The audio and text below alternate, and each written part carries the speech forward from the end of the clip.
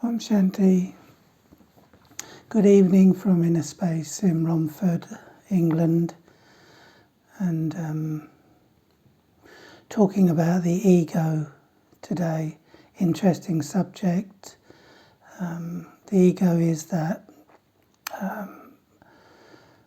thing inside the human being, this thing that lots of people call confidence or authority or a superiority, a feel-good factor, which is illusionary. It's an illusionary superiority, basically, because it's not true self-respect and self-worth. It's actually taken the place of self-respect and self-worth and self-confidence. And I remember having a lot of so-called self-confidence when I was a youth, and I remember tripping over on a paving slab when I was going to work, and it was in front of a bus, a lot of people, and everyone seems to look, don't they, when people start laughing, and there I was on the ground looking back at the paving slab, trying to get them to blame and laugh at the paving slab. And it doesn't matter how much you point the finger at the paving slab, they're not looking at the paving slab that the council should have put down some years ago properly.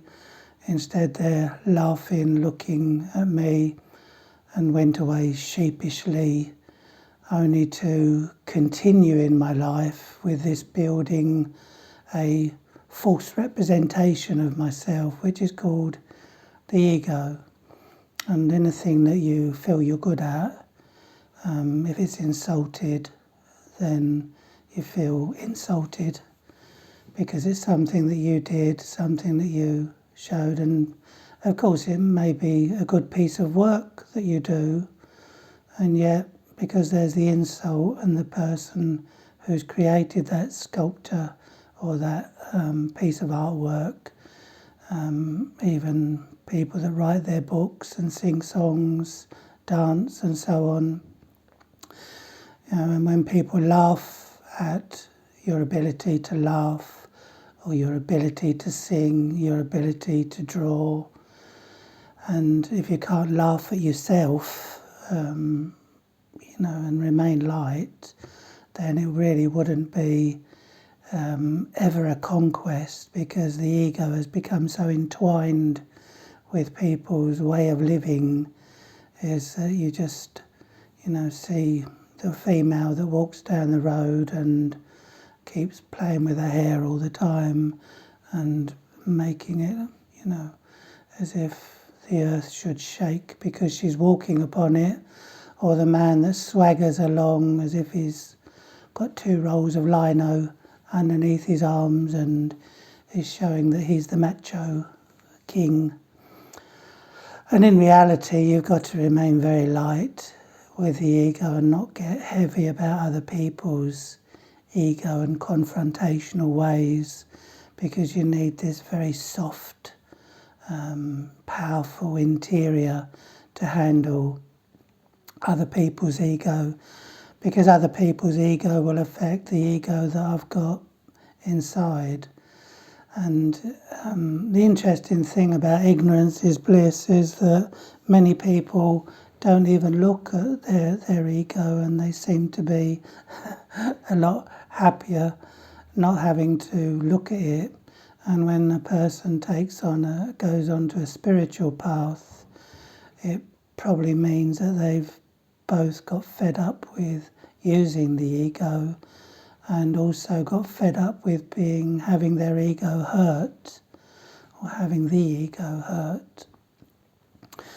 So consequently, some are ready, some are not, some are still in an ignorant state of, and I don't mean an ignorant in a kind of as me in a superior way. I really mean an ego that is not actually getting them down enough for them to feel the need to change that.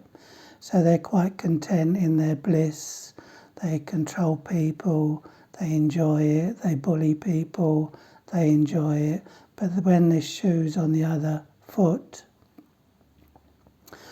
then all of a sudden they're on the receiving end, and that doesn't seem so pleasant. It's the same with criticism, really, when people show this humility and they criticise themselves and say, I shouldn't have done it this way, I should have done it another way.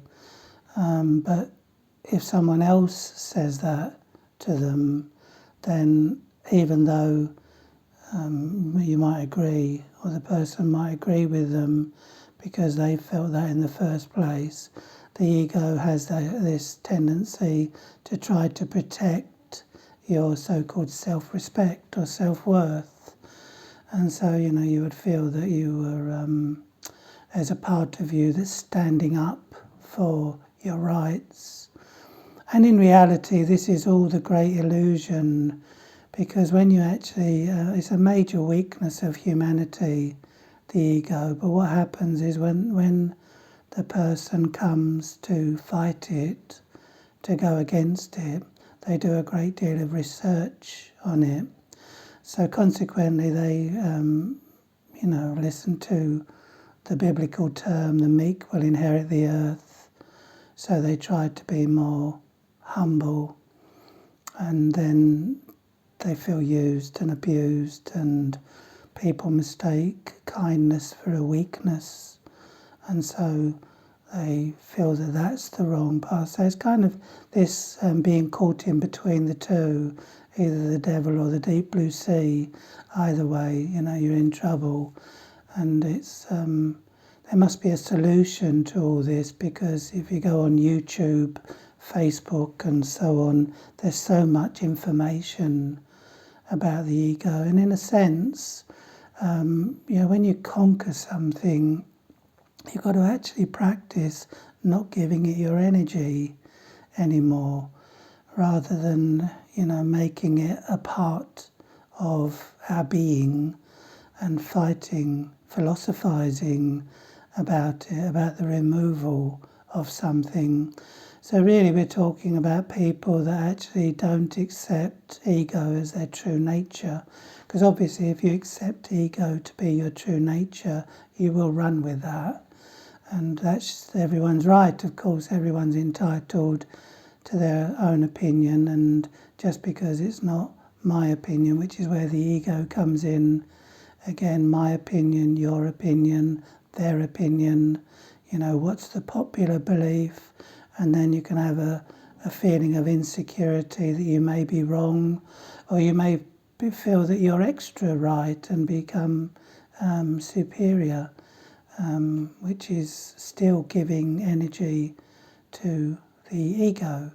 Even in research, people do a lot of research, and I remember one particular person who was doing a class on weaknesses and overcoming weaknesses, and writing down all these weaknesses. And you can actually monitor it yourself if you write down all the weaknesses that you have that are yours, that you would like to get rid of. Then you'd be giving it that, even though it's on paper, you'd actually be giving it a lot of energy. So the mind actually feels depleted and depressed by that, and the happiness is suppressed, and the lightness goes from the person, and they become too serious about it. And you need lightness to accommodate everything, to have patience with everyone. You're just recognizing something very deep within you. It's an aspect of self-realization, actually. And only since 1937, really, to this day, did we know how to conquer the ego, because it's very much connected to the role. And in the Brahma Kumari's World Spiritual University, it's always taught that we're separate from the role, we're playing the role. And that's what we've been doing for many, many lives, creating a bigger and bigger ego, with more attachments, and then dying. I say dying in the loose sense of the word, because only the body dies, but the soul dies from its role, in the sense of its role no longer exists that it was playing, and then it takes its habits of sanskars or habits of ego and attachment and greed with it. And so consequently it gets misshapen by these negative sanskars or negative habits that the person's been practicing in their past life. So they've been maybe the head of a family, had the superior voice, and then when people accosted them or went against them, they probably used force, which means the momentum of the ego become greater. So therefore they developed an ego, and although ignorance is bliss, it still means that that ego that the person's developed with their superiority can actually take more sorrow. If you think yourself to be a householder, then anyone that says anything about your house, or when you actually feel the burden of all the housework and all the work that needs to be done, and people aren't appreciating your house the way you do, of course it's become part of what you believe to be you, so the ego will feel hurt. And the trick is to actually break the consciousness of being a householder and become more of a trustee, so that you're actually only viewing that in a way that you're looking after that. Although it's a responsibility, you're not carrying the burden of the responsibility, because all burdens come through the I and the my of the role. And in reality, what you're doing is that, when you've analysed it and you've tried to control people or try not to be controlled. Some people are trying not to be controlled by others and end up trying to control them, so that person doesn't control them, so we're still caught up in this tug of war. But if you actually use it in a way that the BKs are being taught by the Supreme Being, that doesn't actually have a body of his own, and he's the only one that can teach it, because he's free from the negative effects of the role, whereas we come under the influence of the negative effects of the role. And this is why people call out to God in the first place, is because it's a memory of themselves that was free from the role while playing the role. And that's the art, to actually become free from the role whilst playing the role. Then you're developing the same kind of virtues that God has. And this is why it's said that man is made in the same image of God, because the soul becomes divine. As soon as you separate yourself from the role, you are egoless. You are full of self-respect. You are a child of the Supreme Being. That makes you have the highest feeling you can possibly have, because he is the highest. And the reason why he's the highest is because he doesn't have any body. Now, people that don't have any body would become quite lonely, but we're talking about the body as the body, the costume that we're wearing, rather than saying that we don't have no body, anybody.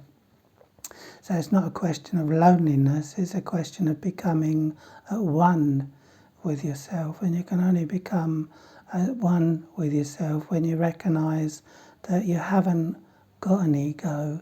It's something that's been acquired. It's become mine. And so what it is there's a certain stickiness to whatever's mine, and there'll be an ego of what's mine, and it will stick like glue. As soon as you use that word, it's mine, whether it be my anger that I'm trying to conquer, my ego that I'm trying to conquer.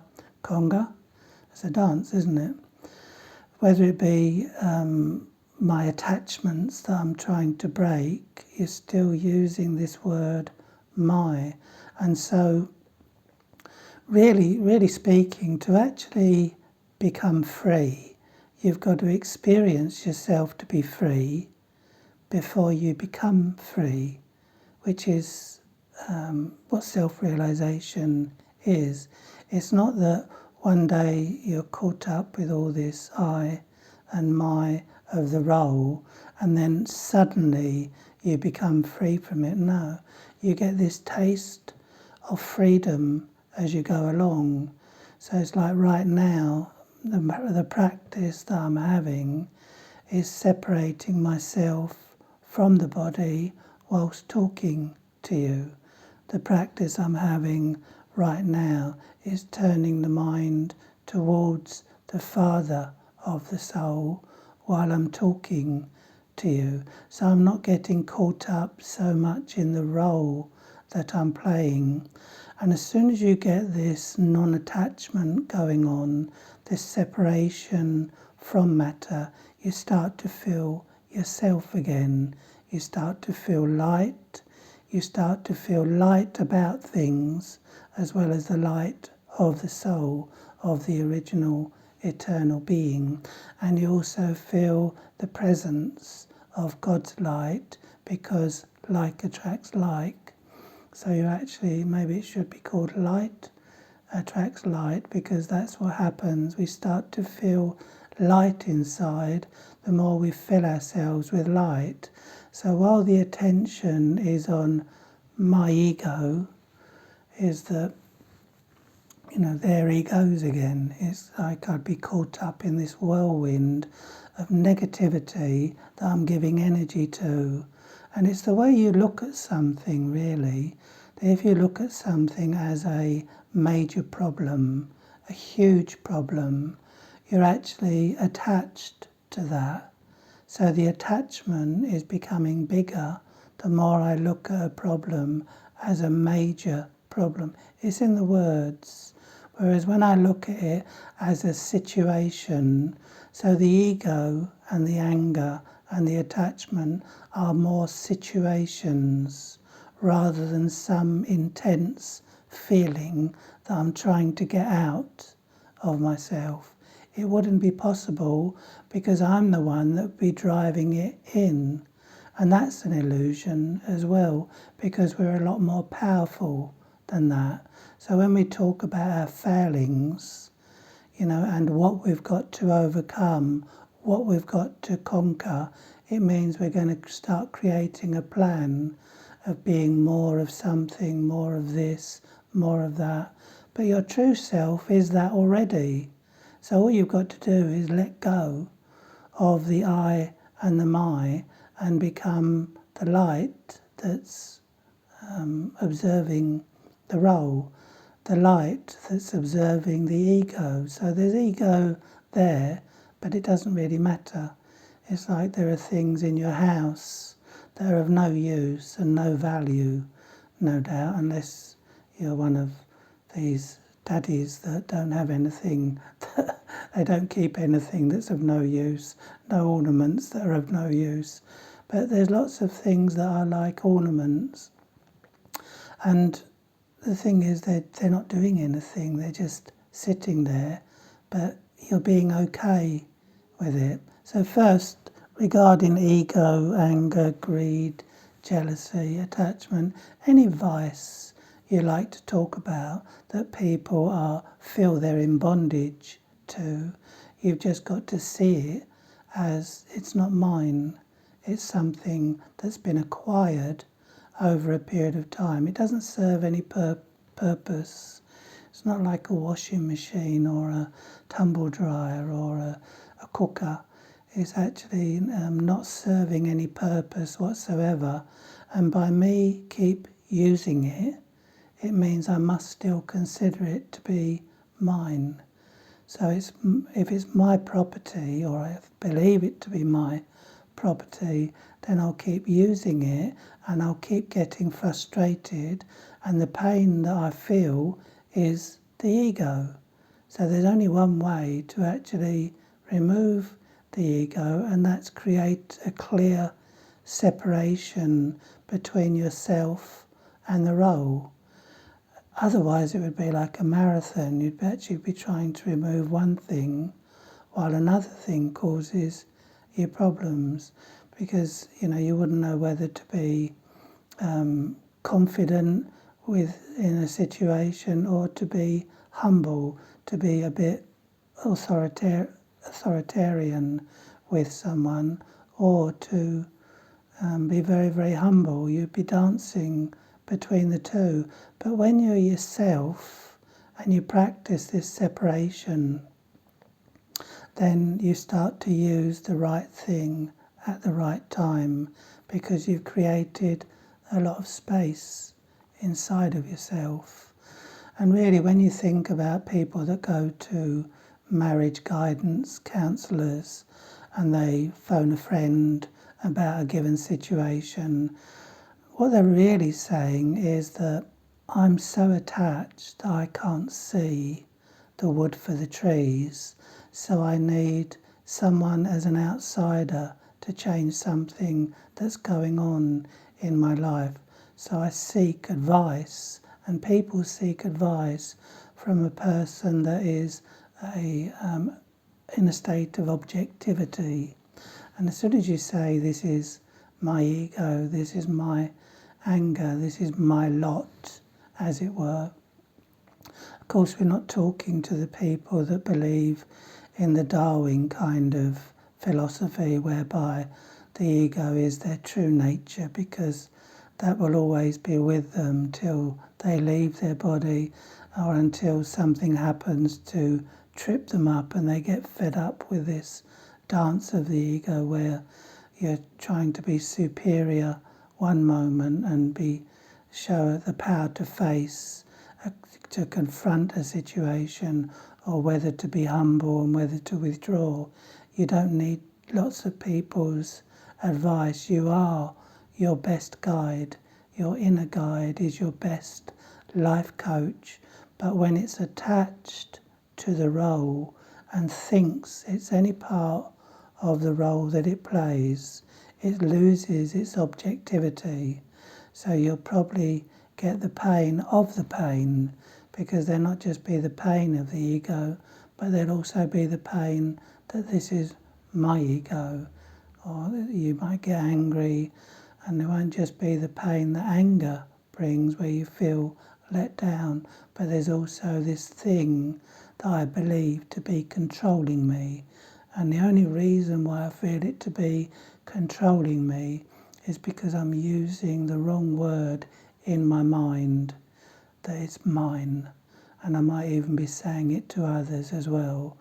No doubt people go to these anger management classes and they say, my anger is out of control.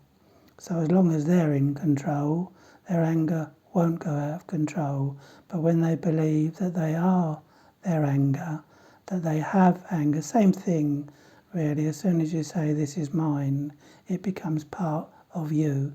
It becomes part of your makeup, which is the illusion. The only thing that is you is all the goodness in the world, all the kindness in the world, all the warmth in the world, but it just hasn't been allowed to work or function correctly because we believe in our weaknesses too much by using the word, the authority over them, which is the mind, giving them the authority over them. Let me get that right. It means giving energy, giving your authority to them. So in retrospect, they actually have authority over the self to rule. And they don't rule if you don't give them any energy. Even if you make a mistake, put a full stop and immediately let go of the non-reality that it's mine. These are only second natures, things that we've picked up. The original nature of the soul, of the self, is goodness. The original nature of the soul is warmth, kindness, all the aspects of love. That's who and what you are. Whatever you've acquired on your journey, the only thing that can make it have a control over you is by keep using the word mine. And that's what meditation's all about. You're the mediator. You're the mediator between your thoughts and your negatives. So your negatives come, waste comes, waste thoughts come, but waste thoughts go. So when you're the observer to them all, and there's no mind, another thing that causes consternation is my waste thoughts. When waste thoughts are just passing through, my negative thoughts. And people have danced this dance for so long, and all they're doing really in everything that they achieve is giving more energy to the negatives. It's not part of your spiritual DNA. You don't pick it up from your parents. You don't adopt it from your parents. They might be the catalyst for its continuation, but you don't acquire those sanskars, those habits, until you make the action. It's impossible. So enough said, we'll do some meditation now and just start feeling yourself to be a free soul, separate to the role. Om Shanti.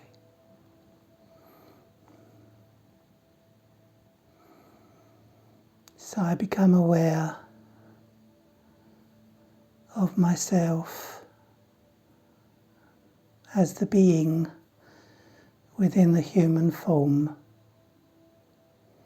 The name and the identity, the gender and the culture are just adopted so I can let them go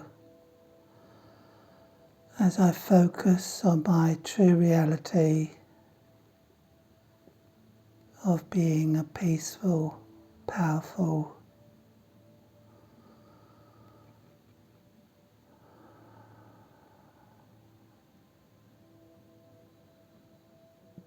a child of the Supreme Being,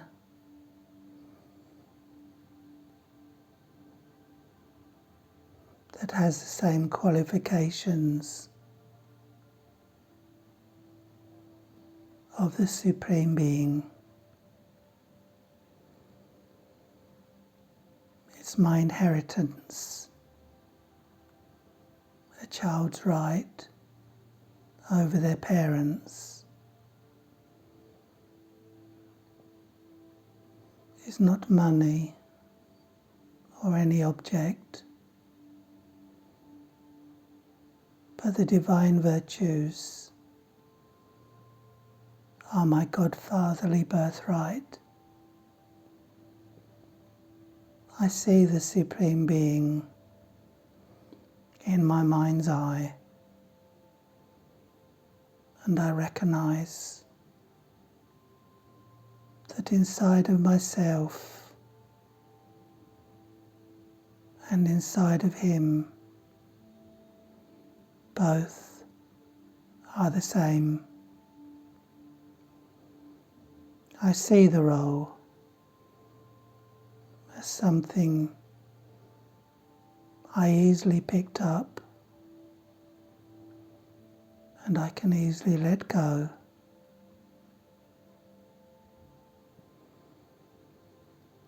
I become light as I feel myself as an eternal light, an eternal flame, pulsating, vibrating in the center of the forehead. The light that comes from my eyes is me. The light that is in my love is me. The light that is in my peace is me. The light that makes the body move, talk, walk, even think, is me. I have so much light that I am a lighthouse, like God, steering people, but they're no longer people. They're my little brothers and sisters, entwined, caught up, entangled in their role. But you and I, here and now, are feeling light, giving them light, igniting their light. I am as free as I think myself to be, because I'm not willing to give anything negative my precious energy.